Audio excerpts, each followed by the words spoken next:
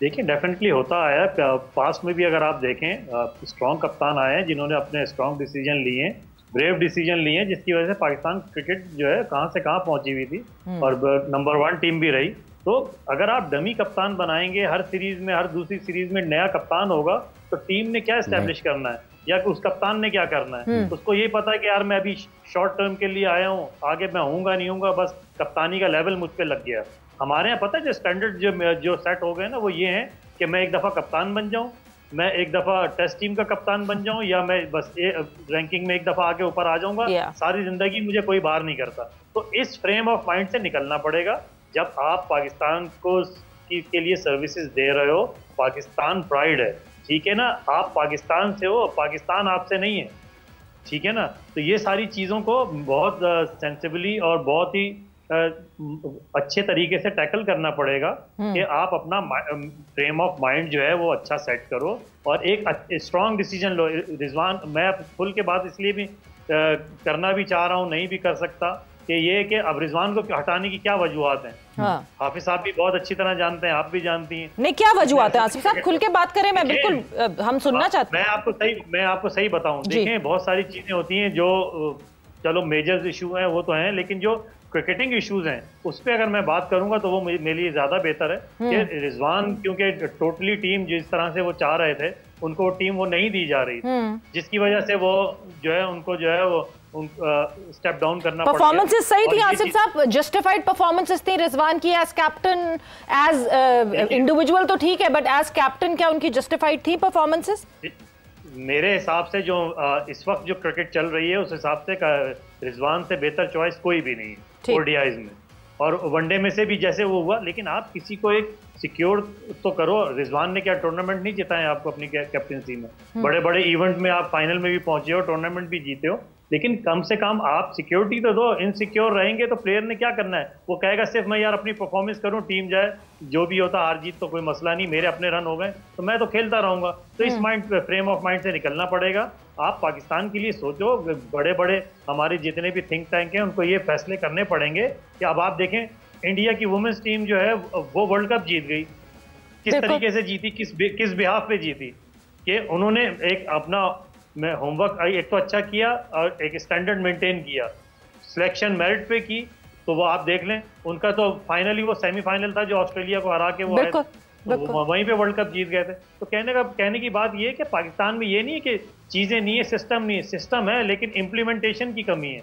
Implementation कौन करेगा, किस वक्त करेगा? जिस वक्त पॉलिटिकल जो आपकी जो चीजें हैं ना वो इससे दूर हो जाएंगी क्रिकेट से, और क्रिकेटिंग मैटर्स को डिस्कस किया जाएगा। आसिफ साहब, आपने शुरू में बात की थी कि प्लेयर जो है वो 11 में भी इसलिए आता है कि सेटल करना पड़ता है, किसी का प्लेयर रखना पड़ता है, किसी का पॉलिटिकल इन्फ्लुएंस की आपने बात की थी। फिर मैं कभी कभार सोचती हूँ, हम तो कहते हैं कि बहुत सारी सिमिलैरिटीज हैं हमारी सोसाइटी में, इंडियन सोसाइटी में, क्या वहां उस तरह के प्रेशर्स और पॉलिटिकल इन्फ्लुएंसेस नहीं होते होंगे? प्रेशर्स बिल्कुल होते हैं, सब कुछ होता है, लेकिन उसको जस्टिफाई कौन करता है? मैनेजमेंट करती है, सिलेक्शन कमेटी करती है। जब रिजल्ट आते हैं तो सब चीजें माइनस हो जाती हैं, फिर कोई बोलने का रवादार रहता नहीं है। तो आपको जो सीट्स आपके हमारी मैनेजमेंट को या सिलेक्शन कमेटी को मिली है, तो उनको ये चीजें देखनी चाहिए कि अगर परफॉर्मेंसेस अच्छी होंगी, प्लेयर परफॉर्मेंस करेंगे, टूर्नामेंट आप जीतोगे, तो आप भी ज्यादा देर तक स्टैंड करोगे और जो चीजें आप करना चाह रहे हो फिर आप उस पर फोकस कर सकते हो। जब आप इस तरह रहोगे तो फिर आप सिर्फ 1-2 सीरीज के लिए आओगे, बिल्कुल, वो सिलेक्शन कमेटी हो या कैप्टनसी हो या मैनेजमेंट हो। बिल्कुल। अच्छा आसिम साहब, जाते जाते, what is a good total for Pakistan to restrict South Africa and हमारे जो बैटर्स हैं वो इसको अचीव कर पाए? मुश्किल काम है, हमारे बैटर्स टिकते नहीं है ज्यादा देर।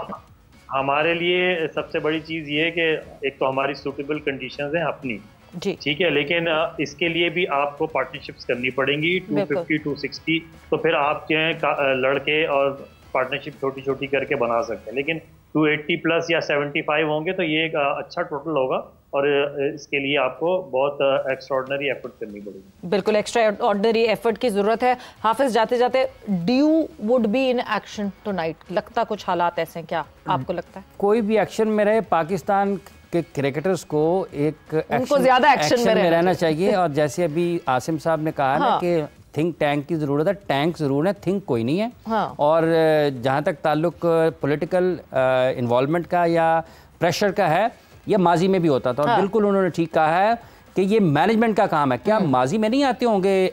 कराची की टीम बनती, मैनेजमेंट को इतना स्ट्रांग होना चाहिए। तो कंसिस्टेंसी आपके पास नहीं है। और जब आप हर दिन एक नया फैसला करते हैं तो खिलाड़ियों के जहन में शकूक व शुबहात रहते हैं। वो बिल्कुल क्लैरिटी के साथ कोई भी आगे नहीं जा पाता। और कोई भी कप्तान इस वक्त में शाहीन आफरीदी कप्तान बने ना, और अगर उनकी मौजूदगी में भी फैसले बेंच ने करने हैं, कोचिंग स्टाफ ने करने हैं, ठीक है, उनका एक इनपुट होता है, उनकी एक चीज़ होती है। लेकिन अगर आप किसी को कप्तान बनाना चाहते हैं और उसके ऊपर फैसले थोपना चाहते हैं तो टीम आपकी कभी भी नहीं बननी, जो मर्जी कर लें। मतलब इस टीम में अगर शाहीन किसी लड़के को ये वो देते हैं, तसल्ली देते हैं कि नहीं जी तुम बस अपना बेस्ट गेम दो, इधर तुम फेल होते हो या नहीं तुम यहीं रहोगे, वो लड़का ट्रस्ट नहीं कर पाएगा शाहीन पे। मोहम्मद आमिर की गुफ्तगू सुनी है आपने? उसने क्या कहा? उसको किसने कायल किया T20 वर्ल्ड कप खेलने के लिए? Exactly. शाहीन ने किया ना जी। तो शाहीन कप्तान नहीं थे, मोहम्मद आमिर वर्ल्ड कप खेल रहे थे, तो कैसे होगा? अभी आसिम साहब आपके साथ हैं, इनकी सारी ज़िंदगी खेल के मैदानों में गुजरी है। जो कामयाब कप्तान हैं और क्रिकेट में जो कप्तान है, जो हमारा स्ट्रक्चर है, जिस तरीके से हम खेलते हैं, देखिए कप्तान को अपनी 11 बनानी चाहिए। कप्तान को अपनी 11 बनानी चाहिए और उसको सिलेक्शन कमेटी को दे देनी चाहिए, ठीक है, कि जनाब मेरी ये 11 है। अब बाकी 4 खिलाड़ियों के ऊपर आप बैठकर बात करें कि किस तरीके से आप समझते हैं कि कौन से 4 खिलाड़ियों को, 5 खिलाड़ियों को होना चाहिए। प्लेइंग 11 में ये 11 हैं पहले मैच की, बाकी 4 खिलाड़ियों के ऊपर बातचीत कर लें। अगर किसी कप्तान को इतनी अथॉरिटी नहीं मिलती और उसको कप्तान बनाने से पहले आप ये सोच लें, ये जांच ले, ये देख लें कि क्या वाकयातन ये मेरिट के ऊपर बात करता है, ऑनेस्टी के साथ बात करता है, इसका विजन इतना है कि ये किसी खिलाड़ी के ऊपर इन्हिसार और एतमाद कर रहा है तो वो डिलीवर कर सकता है। यहाँ पर तो ऐसे ऐसे खिलाड़ियों को कप्तानों ने मैच विनर कहा है जो किसी भी टूर्नामेंट के फाइनल में बॉल भी नहीं करते। तो वो काहे का मैच विनर है जो आपके किसी भी, अभी हाल ही में एशिया कप का फाइनल हुआ है ना, तो मोहम्मद नवाज को तो मैच विनर कहा गया, तो उसने तो एक बॉल भी नहीं की।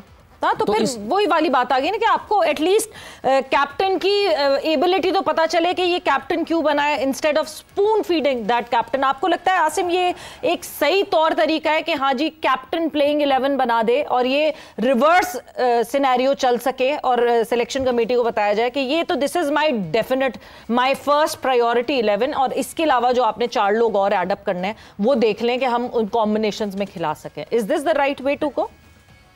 तो कंसिस्टेंसी आपके पास नहीं है। और जब आप हर दिन एक नया फैसला करते हैं तो खिलाड़ियों के जहन में शकूक व शुबहात रहते हैं। वो बिल्कुल क्लैरिटी के साथ कोई भी आगे नहीं जा पाता। और कोई भी कप्तान इस वक्त में शाहीन आफरीदी कप्तान बने ना, और अगर उनकी मौजूदगी में भी फैसले बेंच ने करने हैं, कोचिंग स्टाफ ने करने हैं, ठीक है, उनका एक इनपुट होता है, उनकी एक चीज़ होती है। लेकिन अगर आप किसी को कप्तान बनाना चाहते हैं और उसके ऊपर फैसले थोपना चाहते हैं तो टीम आपकी कभी भी नहीं बननी, जो मर्जी कर लें। मतलब इस टीम में अगर शाहीन किसी लड़के को ये वो देते हैं, तसल्ली देते हैं कि नहीं जी तुम बस अपना बेस्ट गेम दो, इधर तुम फेल होते हो या नहीं तुम यहीं रहोगे, वो लड़का ट्रस्ट नहीं कर पाएगा शाहीन पे। मोहम्मद आमिर की गुफ्तगू सुनी है आपने?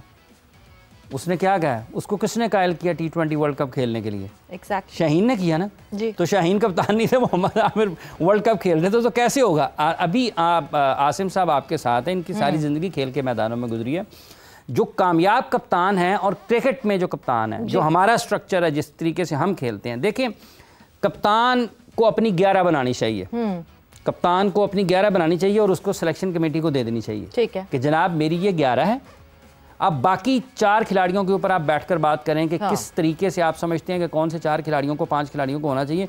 प्लेइंग 11 में ये 11 हैं पहले मैच की, बाकी 4 खिलाड़ियों के ऊपर बातचीत कर लें। अगर किसी कप्तान को इतनी अथॉरिटी नहीं मिलती और उसको कप्तान बनाने से पहले आप ये सोच लें, ये जांच ले, ये देख लें कि क्या वाकयातन ये मेरिट के ऊपर बात करता है, ऑनेस्टी के साथ बात करता है, इसका विजन इतना है कि ये किसी खिलाड़ी के ऊपर इन्हिसार और एतमाद कर रहा है तो वो डिलीवर कर सकता है। यहाँ पर तो ऐसे ऐसे खिलाड़ियों को कप्तानों ने मैच विनर कहा है जो किसी भी टूर्नामेंट के फाइनल में बॉल भी नहीं करते। तो वो काहे का मैच विनर है जो आपके किसी भी, अभी हाल ही में एशिया कप का फाइनल हुआ है ना, तो मोहम्मद नवाज को तो मैच विनर कहा गया, तो उसने तो एक बॉल भी नहीं की।